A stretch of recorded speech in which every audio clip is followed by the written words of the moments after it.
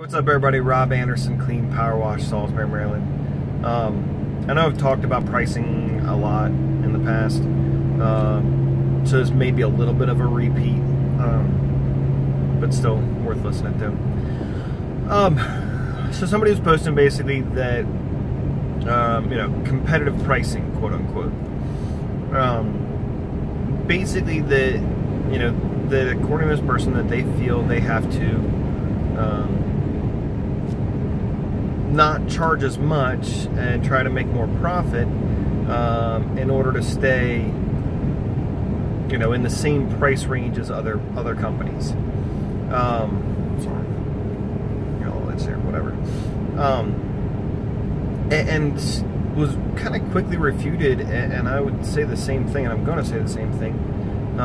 You know, the notion that the companies that are charging a real high premium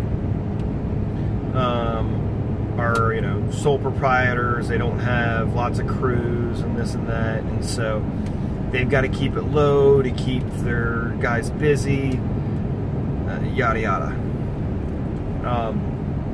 It's a bunch of things there. I mean, and there's so many different ways to kind of explain or you know, why that's a false narrative. You know, at the end of the day, do I think somebody should charge $1,000 to clean a double wide trailer? No. Do I know that there are people that will clean a double wide trailer for 50 bucks, 100 bucks, 250, 350 bucks? Absolutely. But just because somebody in my area might want to charge 100 bucks or $75 for that, it doesn't for a minute mean that I'm going to put my pricing close to that for that, you know, for that double wide trailer or for that, you know, that 2,000 square foot house. I really don't care what somebody else is charging for it. Now, if I start talking to other guys that I know and find out that, you know, or I'm only closing 20% of my jobs and everybody's kind of like freaking out because I want $800 for that double wide trailer, you know, that's a little bit different. For the record, double wide for me is usually somewhere 200 to 275. It's really just going to depend on where it's located, and also you got to plan on bringing water for most of those. But again, with having multiple crews, I get part of what he's saying, that, you know, you got to make sure that you have sufficient backlog to make sure that your employees will always have enough work to do, so you can keep them on, because at the end of the day you don't want to pay them to not work, and certainly they want to work to get paid. But again, it comes down to, you know, the overall. It's not about volume cleaning, or at least it's not for me at this point. You know, when you get to be some national brand, then yeah, maybe you do drop a little bit of the profit so that you can keep people busy everywhere, but not to the amount or tune that was being alluded to in this post. You know, you want to make sure that, you know, when you go out to do work, and especially, I mean, early on as well as when you're growing, you know, when it's just you don't have as many expenses. Certainly you've got, you know, growth expenses and things, but, you know, you don't have, you know, the full payroll and office staff and all that. And, you know, personally, we've never been more than 2 or 3 weeks booked out. You know, as long as I got more than 2 days booked, I'm good. And if we get down to where we're scrambling for work, again, we've got a massive amount of estimates. Sorry, some stuff clipboard just slipped. Eating a little Chick-fil-A too while we're doing this video. But yeah, I mean, so again, when you get to that point though, you know, if you do slow down, then you start calling back those other estimates and you don't make as much profit on them. But until you get to that point where you're really slowing down, why would you ever consider reducing your price points just so that, you know, the lawn signs that you see out there and the couple other companies that don't profit as much per day or per job? There goes the clipboard again. don't want to get a red light. Ticket at a red light. But yeah, again, be confident in what you're charging, your costs, making money for you, or for, you know, with your employees and your company and all. And again, understand that just because, you know, you lost that job because XYZ company did it for $750 or for $150 for that matter, and you were at $250. No, don't drop your price to $145 so you get that job.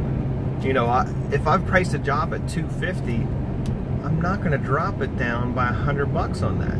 Now, if we're talking a $1,500 job, you know, and they've got another bid at $1,400, I'm willing to drop that $100. It's $1,400 in my pocket.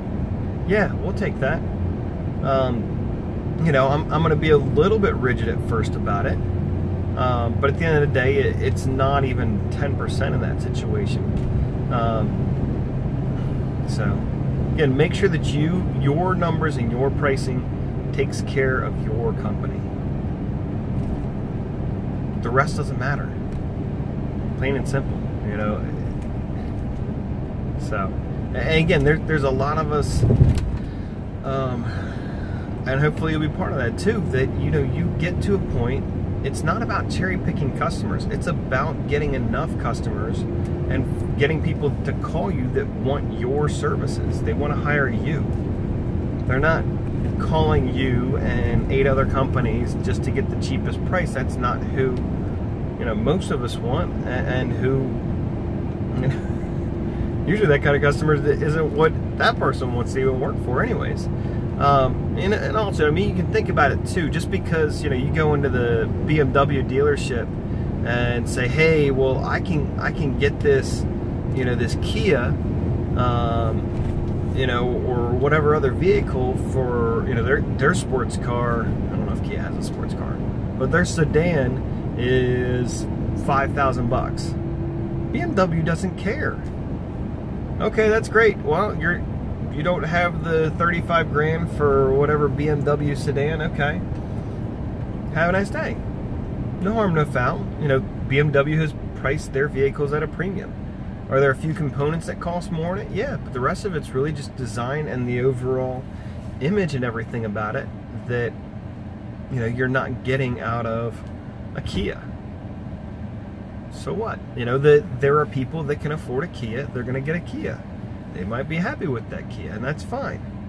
But if you want a BMW or you want a Lexus or whatever other, or Toyota, you know, you don't have to be the most exclusive Maserati pricing or anything like that. You know, as long as what you're pricing it at is gonna, you know, again, you want to make sure that you're making a good profit margin. Because if you're not, then you're griping about how much you're spending on this chem and that chem. And again, I don't want to overpay for stuff either, but price it accordingly so the money's coming in.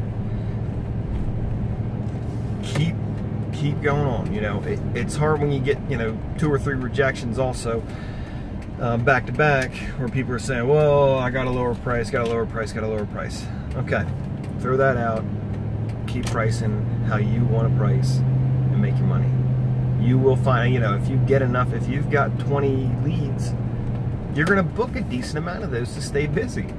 You know, if you're only getting 2 or 3 leads, the problem isn't your pricing, the problem is your pipeline. You don't have enough stuff coming in to be able to get the right kind of people, the right kind of customers, to be able to make the money that you need to. So, again, don't get caught up in what somebody else pays or charges. Charge what you need to pay for you. I know I said you a whole lot in that video. Have a great day.